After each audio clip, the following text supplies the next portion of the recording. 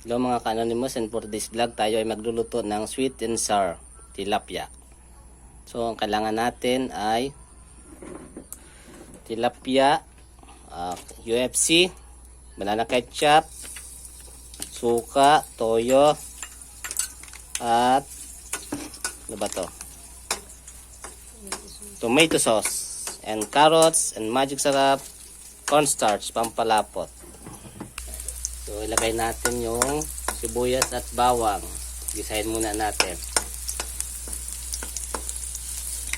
Susunod natin ilagay yung carrots. Gisahin muna natin ito ng lumambot. Haluin lang natin ng pantay. Okay, lagyan natin ng kaunting tubig.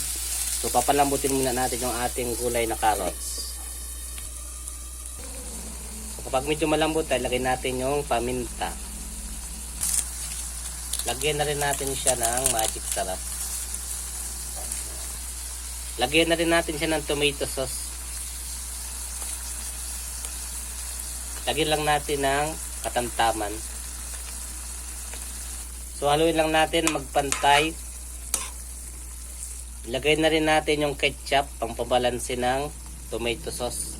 Lagyan natin ng kaunting toyo, kaunting suka. Ilalagay na rin natin yung gawgaw o cornstarch para lumapot yung ating sarsa. Lagyan natin ng kaunting asukal pang pabalanse ng tamis. Kapag malapot na tuto na yung gulay, sunod na natin yung tilapia. So dahan-dahan natin ilagay sa isa laang. So paliguan na natin ng ketchup ang ating tilapia. Kunin na natin ng mga 5 minuto. Okay yan. Matapos ang 5 minuto, ganito ang magiging itsura niya. So ang gagawin natin, naahon natin at ilagay natin sa isang lagayan. So ang gagawin natin ay titikman natin ang ating nilutong sweet and sour tilapia.